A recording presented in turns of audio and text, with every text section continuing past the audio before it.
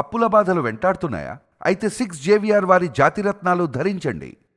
Right, breaking news ఉన్నాం మనం TV screen పై. సరిగ్గా నెల రోజుల తర్వాత చిన్నారి జాహ్నవి కేసులో బిగ్ ట్విస్ట్ చోటు చేసుకుంది. పాపం మిస్సింగ్ అయిన రోజు అగ్రహారంలో కారు చక్కర్లు కొట్టినట్టు సీసీటీవీ ఫుటేజ్లో బయటపడింది. మీరు చూస్తున్నారు మనం టీవీ స్క్రీన్ పై. ఆ సీసీటీవీ ఫుటేజ్లో వైట్ కలర్ కారు కనిపించింది. అయితే ఈ కారు పైనే కుటుంబ సభ్యులు ఇప్పుడు అనుమానం వ్యక్తం చేస్తున్నారు. అయితే నర్సీపట్నంలో ఆదివారం చిన్నారి జాహ్నవి తాత కోటేశ్వరరావు చిన్నారి మిస్సింగ్ పోస్టర్లను అతికిస్తుండగా తాతను ఢీ కొట్టిన కారు కూడా సేమ్ కలర్ అని ఆ సీసీటీవీ ఫుటేజ్లోని కారే తనను గుద్ది ఆపకుండా వెళ్ళిపోయిందంటూ కూడా వీళ్ళు కుటుంబ సభ్యులు అనుమానం వ్యక్తం చేస్తున్న పరిస్థితి. ఇప్పటికే తాత కోటేశ్వరరావు పోలీసులు స్టేట్మెంట్ కూడా ఇచ్చాడు. సో మొత్తంగా పాపను తీసుకెళ్లిన కారు అతన్ని తాత కోటేశ్వరరావుని ఢీ కొట్టిన కారు ఒకటేనని అనుమానం వ్యక్తం చేస్తున్నాడు తాత కూడా. సో నెల రోజుల తర్వాత ఆల్మోస్ట్ 1 month గడిచిపోయింది. సో ఇప్పుడు బిగ్ క్లూ దొరకడంతో పోలీసులు మళ్ళీ రంగంలో దిగారు. కార్ల సంగతి తేల్చే పనిలో పడ్డారు. ఎందుకంటే సీసీటీవీ ఫుటేజ్ గమనించాక అగ్రహారం వచ్చిన కారు ఒక శుభకార్యానికి వచ్చిందట. సో మరి సరిగ్గా అదే కారు తాతను గుద్దడం వెనక ఈ సీక్రెట్. ఎందుకంటే దాదాపుగా ఆల్మోస్ట్ 1 month నుంచి పాప మిస్సింగ్ అయిన జాడ ఒక్కటి కూడా ఒక్క ఆనవాళ్ళు అంటే ఒక్క ఆనవాళ్ళు కూడా లేదు. మనం టీవీ వేదిక మనం ఎప్పటి నుంచి చెప్పుకుంటున్నాం పాప పక్కా కిడ్నాపే అని చెప్పి. సో దానికి సంబంధించి ఇప్పుడు కీలకమైన ఫుటేజ్ బయటకు వచ్చింది. సో చిన్నారి జాహ్నవి అడవిలోకి వెళ్ళింది, లేదంటే బోరుబావిలో పడింది, పక్కన చెరువులో పడింది, ఇలాంటివి చాలామంది చాలా రకాలుగా మాట్లాడుకుంటూ వచ్చారు. కానీ వాస్తవానికి జరిగింది ఏంటంటే పాపది కిడ్నాప్. సో అది ఎవరు ఏంటి అనేది ఇప్పుడు తేల్చాల్సిన పనిలో పడ్డారు. ఇప్పటికే ఏదైతే పాప మిస్ అయిన రోజున ఆ కాల్ లిస్ట్ కూడా సేకరించారు. దానికి సంబంధించి దాదాపుగా 4 అనుమానితుల్ని విచారించిన తర్వాత వాళ్ళని కూడా వదిలిపెట్టేశారు. సో వాళ్ళు మాట్లాడిన కాల్స్ వేరే. సో ఆ సస్పెక్ట్తో వాళ్ళని విచారణకు పిలిచారు, వాళ్ళు వచ్చారు. అండ్ వాళ్ళల్లో ఒకళ్ళు దాదాపుగా 2-3 రోజుల నుంచి కనిపించట్లేదు. దానికోసం పిఠాపురం ఆ ఏ పరిసర ప్రాంతాలు మొత్తం సెర్చ్ చేశారు పోలీసులు. అయినా సరే ఎక్కడ ఏ క్లూ దొరకలేదు. అండ్ వాళ్ళు వచ్చిన తర్వాత కూడా వాళ్ళ కోసం గాలించారు, వాళ్ళని ఎంక్వైరీ చేశారు. So there is no use. So దాని తర్వాత సరిగ్గా 1 month అవుతుంది. సో 1 month తర్వాత ఒక బిగ్ క్లూ దొరికిందని చెప్పుకోవచ్చు. ఎందుకంటే తాత కోటేశ్వరరావు చిన్నారి జాహ్నవి వాళ్ళ తాత కోటేశ్వరరావు అయితే చిన్నారి మిస్సింగ్ అయిన పోస్టర్స్ని నర్సీపట్నం ఆ యొక్క కాన్స్టెన్సీలో ఆ యొక్క నియోజకవర్గ పరిధిలో అంటిస్తూ ఉన్నారు. సో అక్కడ అంటించే క్రమంలో ఒక వైట్ కలర్ కార్ వచ్చి అయితే మీరు చూస్తున్నారో మనం టీవీ స్క్రీన్ పై చూస్తున్నారో సిహెచ్ అగ్రహారంలో చక్కర్లు కొట్టిన కారే తనని గాజువాకలో తనని గుద్దేసి ఆపకుండా వెళ్ళిపోయిందంటూ కూడా తాత పోలీసులకి కంప్లైంట్ చేయడం జరిగింది. సో ఇలాంటి నేపథ్యంలో ఇప్పటికే ప్రతిపక్ష నేత పులివెందుల ఎమ్మెల్యే వైసీపీ అధినేత జగన్మోహన్ రెడ్డి కూడా ఒక ట్వీట్ చేశారు. 1 month నుంచి ఇంత తీవ్రంగా గాలింపు జరుగుతున్నా ఎలాంటి అప్డేట్ ఎందుకు లేదు అంటూ ప్రతిపక్ష నేత ప్రశ్నించడం జరిగింది. నిజంగా జగన్మోహన్ రెడ్డి గారు మాట్లాడిన మాటకి, ఎందుకంటే ఇటు వైసీపీ వాళ్ళ నాయకుడే అయితే తుని మాజీ ఎమ్మెల్యే సమాధానం చెప్పాడు. ఏమని అంటే దీనిని రాజకీయంగా వాడుకోవాలని చెప్పి స్టార్టింగ్లోనే వైసీపీ చూసినప్పటికీ చాలామంది మాట్లాడినప్పటికీ వైసీపీ తుని మాజీ ఎమ్మెల్యే ఎవరైతే ఉన్నారో ఆయనే కరాఖండిగా చెప్పారు. పోలీసులు అయితే వాళ్ళ ఛానల్కి సంబంధించిన రిపోర్టర్లు మాట్లాడితే ఇక్కడ గాలింపు సరిగా జరగట్లేదు కదా, అందుకనే సెర్చ్ ఆపరేషన్స్ జరగట్లేదు కదా, డ్రోన్లతో మొత్తం ఇక్కడ అడవిని జల్లెడ పట్టలేదు కదా అని చెప్పి ఆ యొక్క మాజీ ఎమ్మెల్యేని వైసీపీకి సంబంధించిన మాజీ ఎమ్మెల్యేని అడిగితే లేదు ప్రభుత్వం చాలా నిష్పక్షపాతంగా ఆ చిన్నారి కోసం గాలింపు కొనసాగుతుంది, వాళ్ళు సెర్చ్ ఆపరేషన్ చేయట్లేదు, పోలీసులు పని చేయట్లేదు, ఎన్డీఆర్ఎఫ్ వాళ్ళు ఎస్డీఆర్ఎఫ్ వాళ్ళు లోకల్ రెవెన్యూ వాళ్ళు సరిగా పనిచేయట్లేదు అని అనడానికి లేదు అంటూ కూడా ఆ యొక్క తుని మాజీ ఎమ్మెల్యే మాట్లాడటం జరిగింది. సో ఇలాంటి నేపథ్యంలో జగన్మోహన్ రెడ్డి మళ్ళీ ట్వీట్ చేశారు. సో నెల రోజులు అవుతున్నా సరే ఈ యొక్క కూటమి ప్రభుత్వం వైఫల్యం చాలా క్రిస్టల్ క్లియర్గా కనిపిస్తుందంటూ కూడా ఆయన మాట్లాడటం జరిగింది. నిజంగా అంటే చిన్నారి పాప విషయంలో ఈ యొక్క అంటే రాజకీయాలకు ముడిపెట్టడం నిజంగా ఎంతవరకు కరెక్ట్? దాదాపుగా నెల రోజులుగా ఈవెన్ మనం టీవీ కూడా గ్రౌండ్కి వెళ్ళింది. అక్కడికి వెళ్ళిన తర్వాత వాళ్ళ అమ్మదానికి మనం ఒక ధైర్యాన్ని ఇచ్చాం. సో ఎట్టి పరిస్థితుల్లో కిడ్నాప్ అని చెప్పాం. అండ్ దాని తర్వాత చాలామంది చెరువుల్లో ఉందనో లేకపోతే ఇంకో చోట ఉందనో ఇలా చాలా రకాలుగా చాలా థంబ్నెయిల్స్ పెట్టి నిజంగా వాళ్ళకి మానసిక క్షోభ అనుభవించేలా చేశారు. సరే ఎవరు చేసిన పాపం అంటే కర్మ అనేది ఒకటి ఉంటుంది బేసిక్గా.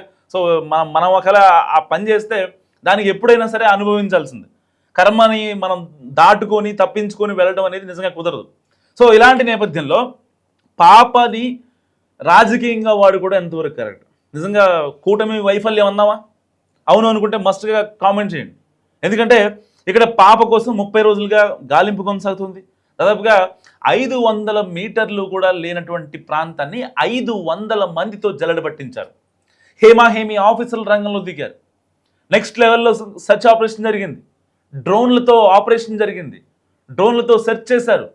నైట్ టైం కూడా ఈ యొక్క మెటల్ డిటెక్టర్స్ కావచ్చు, నైట్ టైంలో ఏదన్నా వన్యప్రాణి ఏదన్నా జాడ దొరుకుతుందా అని చాలా నీట్గా inch to inch, pin to pin వెతికారు.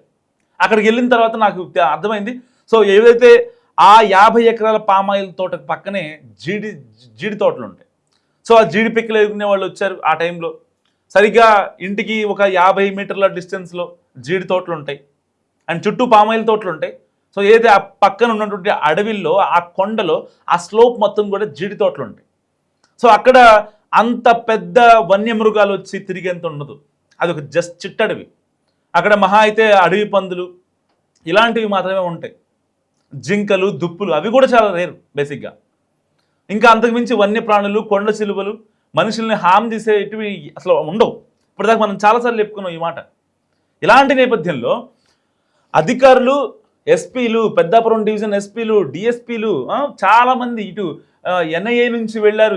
చాలామంది అధికారులు ఇటు విజయవాడ సిపి ఆఫీస్ నుంచి వెళ్ళారు.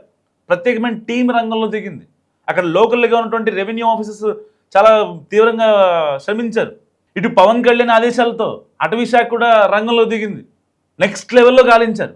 ఇక్కడ దీన్ని అసలు అంటే ఈ కేసుని రాజకీయాలకు ముడిపెట్టడం అవసరమా? నిజంగా జగన్మోహన్ రెడ్డి గారు ట్వీట్ చేసే బదులు అక్కడికి వెళ్ళి సిహెచ్ అగ్రహారానికి సంబంధించినటువంటి ఎవరైతే భవానీ గణేష్ ఉన్నారు, చిన్నారి వాళ్ళ అమ్మ నాన్న, వాళ్ళకి వెళ్ళి వాళ్ళకి భరోసా ఇచ్చి ఒకవేళ వాళ్ళకి ఎంతో కొంత సహాయం చేయొచ్చుంటే ఎంత బాగుండేది. నెల రోజులుగా ఇంత పెద్ద ఇష్యూ అవుతుందని మీకు తెలుసు. కూటమి వైఫల్యం అంటారు, లేకపోతే ఇంకేదన్నా అంటారు, మీకు నచ్చిన మాట మాట్లాడతారు. కానీ వాళ్ళని వెళ్ళి పరామర్శించే ఇది మీకు ఎందుకు రాలేదు? సరిగ్గా నెల రోజుల తర్వాత నెల రోజులు వెయిట్ చేశారా?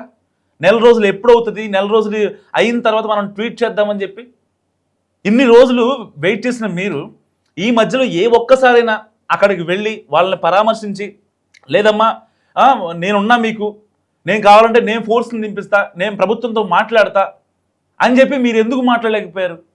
ఎంతవరకు కూటమి వైఫల్యం అంటాం ఎంతవరకు కరెక్ట్? మీకు అధికారులు తెలిసిన వాళ్ళు లేరా? కాకినాడ ఎస్పీని అడగండి, పక్కనే ఉన్న తూర్పుగోదావరి ఎస్పీని అడగండి, ఏ అధికారినైనా కనుక్కోండి. అక్కడ ఎన్డీఆర్ఎఫ్ కానీ, ఎస్డీఆర్ఎఫ్ కానీ, అటవీ శాఖ కానీ, రెవెన్యూ శాఖ కానీ ఏ అధికారి అయినా ప్రాపర్గా పనిచేయలేదేమో. అహర్నిశలు పనిచేశారు. నేను సాక్ష్యం. ఎన్డీఆర్ఎఫ్, ఎస్డీఆర్ఎఫ్ 30 రోజులు ఉన్నారు. 30 రోజులు ఆన్ రికార్డ్. వాళ్ళు తిన్నారో తినలేదో పక్కన పెట్టండి. వాళ్ళు చాలా నీట్గా గ్రౌండ్లో సర్చ్ ఆపరేషన్ కొనసాగించారు. అంత చేసిన తర్వాత ఒక ప్రాపర్ రిపోర్ట్తో బయటకు వచ్చారు.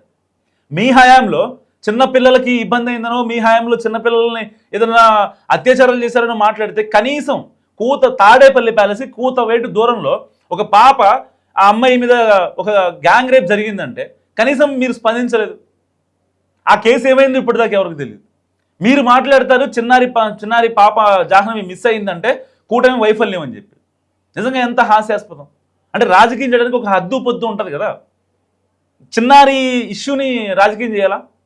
నిజంగా మీ కనుక రాజకీయం చేయాలనిపిస్తే మీరు గ్రౌండ్కి వెళ్ళి వాళ్ళకి ఒక ధైర్యం చెప్పి, భవానీ గణేష్కి, చిన్నారి వాళ్ళ అమ్మ నాన్నకి ధైర్యం చెప్పి కనుక మీరు బయటకు వస్తే చాలామంది మిమ్మల్ని అప్రిషియేట్ చేస్తారు. జగన్ వెళ్ళాడు కాబట్టి ఇది పెద్ద ఇష్యూ అవుద్దేమో అని చెప్పి ఇంకెవరు అనుకునే అవకాశం ఉండొచ్చు. అక్కడ శక్తి వంచన లేకుండా అధికారులు కృషి చేస్తున్నారు. శక్తి వంచన లేకుండా అధికార యంత్రాంగం పనిచేస్తుంది. ఇప్పటికే హోమ్ మినిస్టర్ వంగలపూడి అంతా వెళ్ళారు, వాళ్ళకి ధైర్యం చెప్పి వచ్చారు, వాళ్ళతో మాట్లాడారు.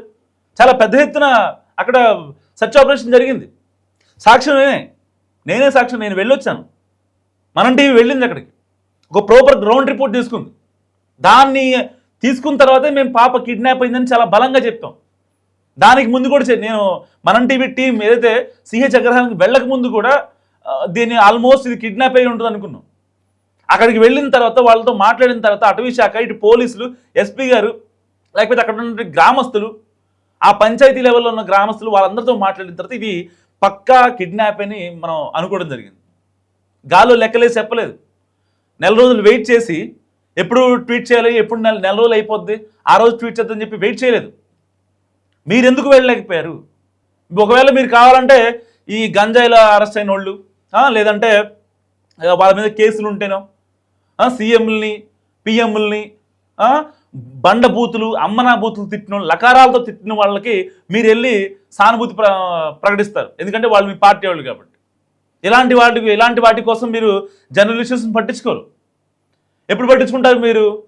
ఈ లాకప్ డెత్లు ఎవరైనా చనిపోతేనో దాన్ని రాజకీయం చేయడం కోసమో, నేను మీకున్నాను అని చెప్పి మాట్లాడటం కోసమో, అలాంటి వాటి కోసం మాట్లాడతారు. ఇప్పుడు రావణ్ కేసులో మాట్లాడతారు. ఒక ట్వీట్ చేశారు, రావణ్ని అరెస్ట్ చేస్తారా, ఎందుకు అరెస్ట్ చేస్తారు, రావణ్ మీద కట్టిన కేసులే ఇటు చంద్రబాబు నాయుడు, నారా లోకేష్, పవన్ కళ్యాణ్ కూడా పెట్టాలని చాలా పెద్ద ఎత్తున మాట్లాడతారు. అంటే ఎటు పోతుంది ప్రతిపక్షం అనే దానికి చాలా అర్థం ఉంటుంది. ప్రతిపక్ష నేత పాత్ర చాలా కీలకం. సరే, మీకు ప్రతిపక్షం లేదు, హోదా లేదు, అందుకే మీరు అసెంబ్లీకి వెళ్తుంది అనుకుందాం. కానీ ప్రశ్నించాలి కదా, మాకు ప్రతిపక్ష హోదా ఇవ్వలేదు కాబట్టి అసెంబ్లీకి రాము, లేదంటే ప్రతిపక్ష హోదా ఇవ్వలేదు కాబట్టి మేము సమస్యల గురించి మాట్లాడడం అంటే ఎంతవరకు కరెక్ట్? నెల రోజులు కాసుకొని కూర్చున్నారా ట్వీట్ పెట్టడానికి? కొంచెమైనా బుద్ధి ఉండాలి కదా. చిన్నారి కోసం ఎంత పోలీస్ ఎనర్జీ వేస్ట్ అయిందో, ఎంత ఎన్డీఆర్ఎఫ్ ఎనర్జీ, ఎస్డీఆర్ఎఫ్ ఎనర్జీ, ఇలా చెప్పుకుంటూ పోతే చాలామంది ఎన్నో రకాలుగా పాప దొరకాలని ఆకాంక్షించాల్సింది పోయి ఎంతవరకు వాళ్ళ మీద వీళ్ళ మీద బురద చల్లితే. సో మీరేమనుకుంటున్నారు మస్ట్ కామెంట్ చేయండి.